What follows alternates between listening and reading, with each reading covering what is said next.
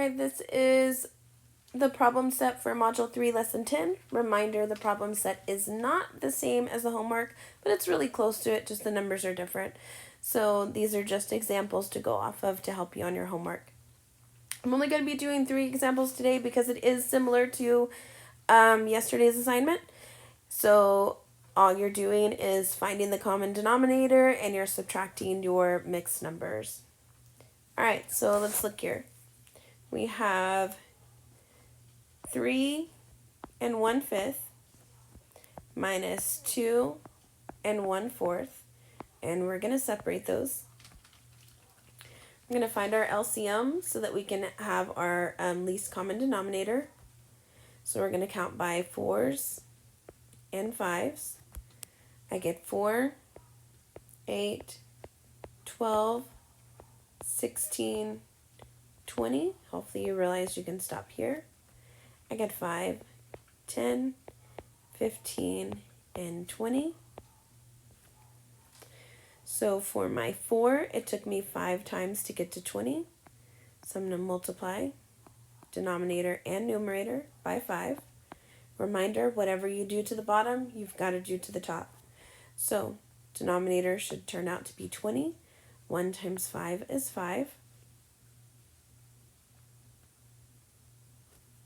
And then for 5, it took us 4 times to get there. 1 times 4 is 4, and 5 times 4 is 20, and we can check ourselves and see that our denominators are now the same. My denominator will be 20 in my answer. Oh, let's make that a little bit bigger. But when I look here, I cannot do 4 minus 5. Do not try to flip these and make the big number up top. We can't do that. Reminder, with subtraction, it has to stay in the same order it was in.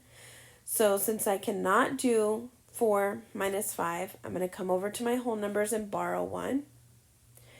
And borrowing 1 is a little bit different. I'm actually borrowing a whole.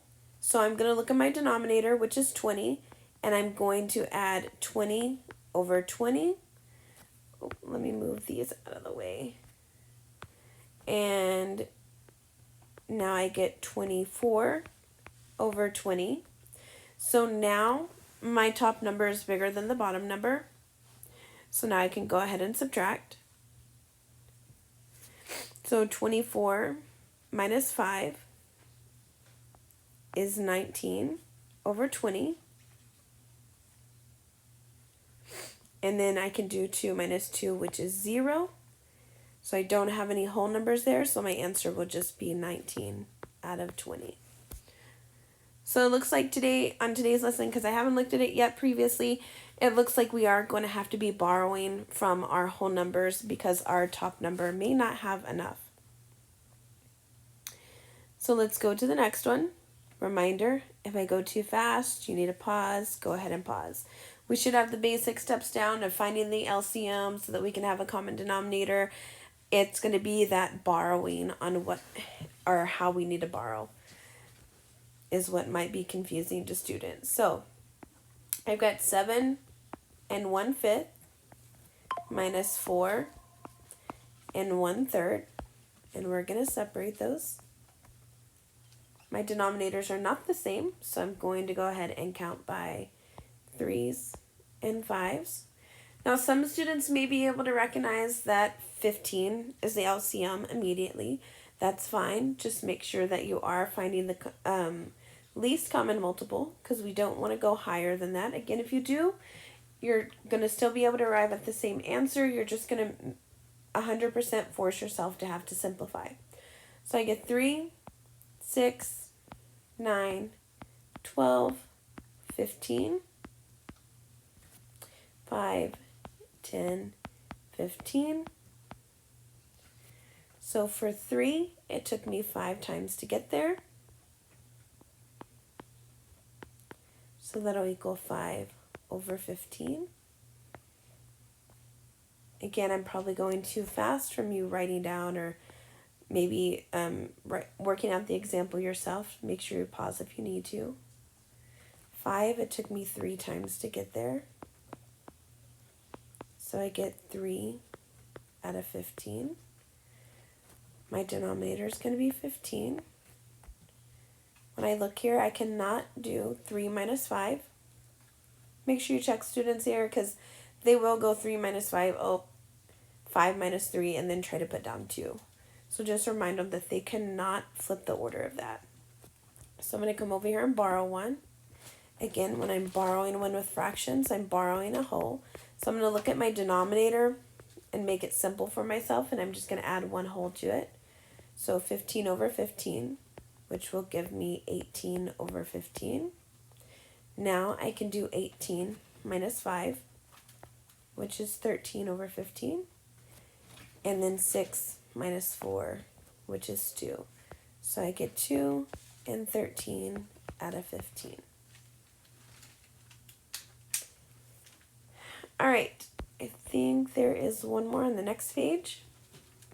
So I have 17 and 2/3 minus 5 and 5/7. So 17 and 2/3, or minus 5 and 5/6. I think I said 5/7. 5 and 5/6. Separate those. Again, I like to separate them. That way students make sure to work with those fractions first and save the whole numbers till the end. So my denominators are not the same. I'm going to count by 3s and 6. So I get 3, 6, 9. And we can stop there because we already have a common denominator here. So I don't have to do anything with my 5, 6. Again, some students may want to. Some of them like to so that they don't skip a step. They can multiply by 1. They're just going to have the same fraction. And my 3, it took me 2 times to get there. So again, whatever you do to the bottom, make sure you do to the top.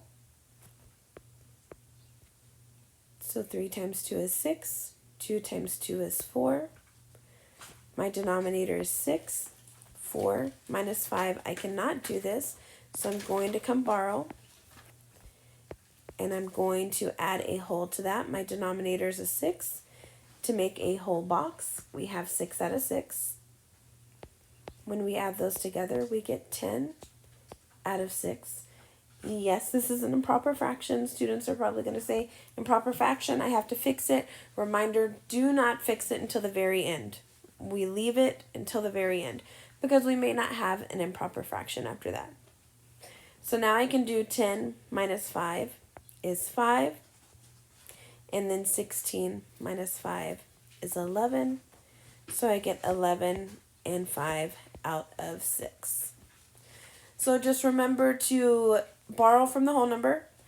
And we're not just adding a 1 in the front like we're used to and trying to do 14 out of 6. Don't try to do that. Make sure you add a whole to it. Look at your denominator. And that denominator is what you're going to make a whole with. So, for example, this was 6. If my denominator was, let's say, 12, then to make a whole, I would have 12 over 12. So just make sure you understand how to do that, since that is what is happening with today's lesson, is that they are wanting you to borrow and understand how to make that into a whole.